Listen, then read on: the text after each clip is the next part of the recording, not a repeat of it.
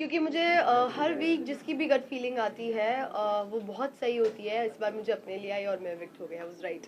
But उसके बाद ही आपने ये कहा कि आपको नहीं, आपके बदले कोई और जाना चाहिए, जैसे आपने करण मुझसे का नाम लिया। मुझसे पूछा गया कि अगर आप नहीं तो कौन, तो मैंने करण का नाम लिया। ओके, स्टार्ट स्टार्ट पहले सबसे पहले तो जानना चाहेंगे कि इस वीक आपको ऐसा क्यों गट फीलिंग आया कि आप भी घर से बेघर होने वाले हो? क्योंकि मुझे हर वीक जिसकी भी गट फीलिंग आती है वो बहुत सही होती है। इस बार मुझे अपने लिए आई और मैं विक्ट हो गया, वाज राइट।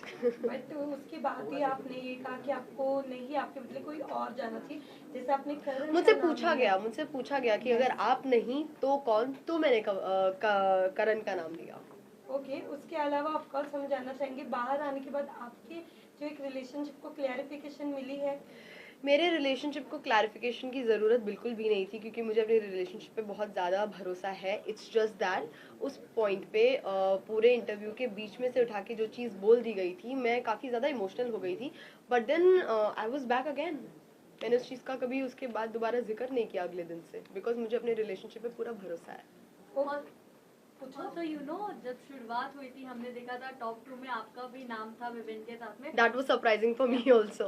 बट क्या लगता है क्या चीज ऐसी गलत चली गई जो वो बोलते ना चीजें रियलिटी में I don't know, I think ये सवाल हमें मेकर्स से पूछना चाहिए कि उनको ज़्यादा बेटर पता है, बिकॉज मुझे टॉप 2 की चीज़ भी नहीं पता थी, मुझे ये चीज़ भी नहीं पता है। लेकिन कहीं ना कहीं ऐसा लग रहा था कि आप खो गई थी ईशा और अविनाश के बीच में। आप थोड़े से आपने नायरा से बात करने की कोशिश की, आपने मैंने कोशिश नहीं की, मैंने बात की। किया आपने, लेकिन कहीं ना कहीं उनके बीच में आप खो गई। ऐसा आप अगर आप देखें, कन्वर सर ने भी माना कि कहीं ना कहीं आप वो ग्रुप के वजह से ये आज आप इतना आउट हुई है। मैं डेफिनेटली ये नहीं कहूँगी कि मैं ग्रुप की वजह से आउट हुई हूँ। ये कहना तो बहुत ही ज़्यादा गलत हो जाएगा कि मैं ग्रुप की वजह से आउट हुई हूँ, क्योंकि आप सबसे बात करते थे, आप सबसे बात करते थे। अगर हम देखें पूरे बिग बॉस में सबसे मिलाकर आप बात करते थे, लेकिन कहीं ना कहीं ईशा और अविनाश के वजह से आप ये थोड़ा बैकआउट हुआ है आपका। आई डोंट रियली नो कि अभी मैंने एपिसोड्स नहीं देखे हैं, मुझे नहीं पता क्या कितना दिखाया गया है, क्या कितना नहीं दिखाया गया है। इस चीज़ पे मैं कमेंट कर सकती हूँ एपिसोड्स देखने के बाद की, और मैं क्लैरिफाई कर सकती हूँ एपिसोड्स देखने के बाद कि किसको जिसको भी जो कुछ भी लग रहा है वो क्यों लग रहा है।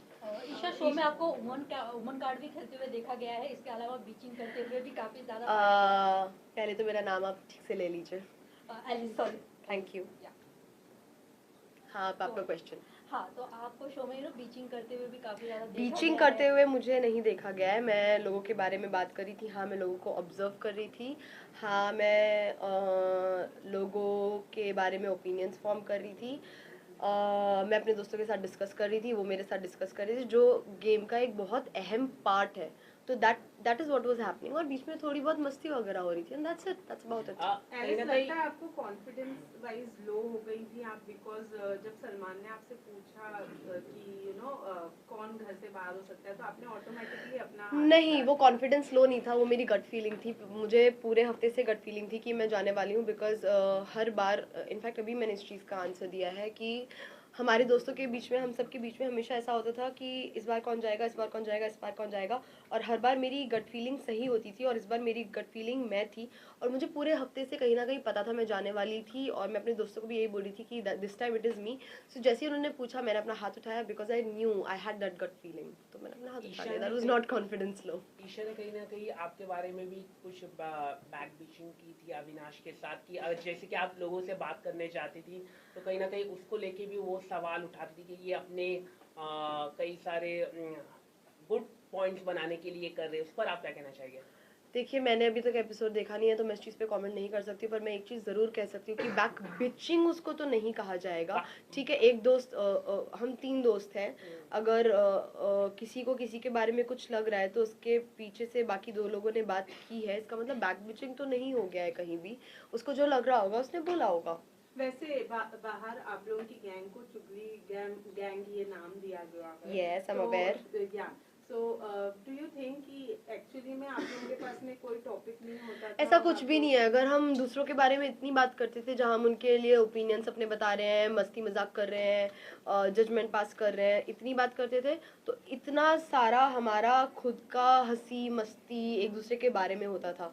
तो अब बिकॉज घर के अंदर एज सच कोई इतना स्ट्रॉन्ग ग्रुप नहीं है जिसको गैंग कहा जा रहा है, तो चुगली और गैंग को मिक्स करके चुगली गैंग बना दिया गया। बाकी I don't think it is चुगली। करण ने सब आपके लोग जाने यहाँ के पे बाद, आपका एविक्शन के बाद एक चीज देखी गई कि शिल्पा जी जाकर ईशा के साथ कहीं ना कहीं बैठ रही थी, और दूसरी चीज ये शिल्पा मैम और ईशा काफी अच्छा बॉन्ड शेयर करते हैं। यस, देवर टॉकिंग अबाउट कि अच्छी लड़की थी घर से बाहर हो गई, एंड कहीं ना कहीं ये भी देखा जाता है शो में कि शिल्पा जी का जो झुकाव है वो विवियन की तरफ थोड़ा ज्यादा है। इस बारे में क्या कहेंगे? मुझे लगता है शो खत्म हो जाएगा उसके बाद भी पता नहीं चलेगा शिल्पा मैम का झुकाव किसकी तरफ ज्यादा है। Okay, आपके जाने के बाद करण ने ये कहा कि आपको अफसोस होगा बाहर जाने के बाद, जिसके साथ वो बैठे हुए थे दिग्विजय। बिल्कुल भी नहीं, not 1%, not at all. Alice कहीं ना कहीं जब करण का अविनाश का एविक्शन हुआ था तब आपको पैनिक अटैक भी आया था, उस चीज का काफी मजाक उड़ाया गया है, इस बारे में आपका क्या कहना है? I think it is very sad because मैं अकेली ऐसी इंसान नहीं हूँ इस दुनिया में जिसको पैनिक अटैक्स और एंजाइटी अटैक्स आते हैं। कई सारे ऐसे लोग हैं जिनको पैनिक अटैक और एंजाइटी अटैक आते हैं, और लेट मी टेल यू 20 अलग अलग टाइप के पैनिक अटैक्स होते हैं, ठीक है। उसमें से एक ये वाला भी होता है जहाँ इंसान शिवर करता है। मुझे खुद को कई अलग अलग टाइप के आते हैं, तो जहाँ इंसान शिवर करता है उस टाइप में मैं शिवर करी थी। I am very aware of the video जिसके बारे में आप बात कर रहे हैं, जिस इंसान के बारे में आप बात कर रहे हैं, and it is very sad and it is very disheartening कि उस चीज़ के बारे में आप मजाक उड़ा रहे हो, किसी की मेंटल हेल्थ का मजाक उड़ा रहे हो। So that's just not cool. वैसे आपके एविक्शन से विवियन थोड़े मतलब सैड नहीं नजर आया, उनका बहुत ही कैजुअल रिएक्शन था आपके एविक्शन के बाद। What do you want to say? Vivian is not someone who will sit and cry, ठीक है। फर्स्ट ऑफ ऑल मुझे पता है Vivian was always there for me even during my, मेरे को बस एक ही बार एंजाइटी अटैक नहीं आया था, मुझे कई दफ़ा एंजाइटी अटैक आया था, and Vivian was always there for me. Vivian always cared for me. Vivian ने हमेशा मुझे गाइड भी किया है। जब भी मैंने उनसे कुछ भी एडवाइस मांगी है, मैंने उनसे 20 मिनट मांगे हैं तो उन्होंने 3 घंटे दिए हैं, 15 मिनट मांगे हैं तो 2 घंटे दिए हैं, ठीक है। So he was definitely very sad, बस उनका तरीका अलग है, उनका तरीका बाकी लोगों की तरह नहीं है। So that's that. Last question. Alice, जब आप निकल रहे थे आपने कहा ट्रॉफी घर ही आनी चाहिए, तो आपको पहले दिन तीनों में से किसके घर जा सकती है ट्रॉफी?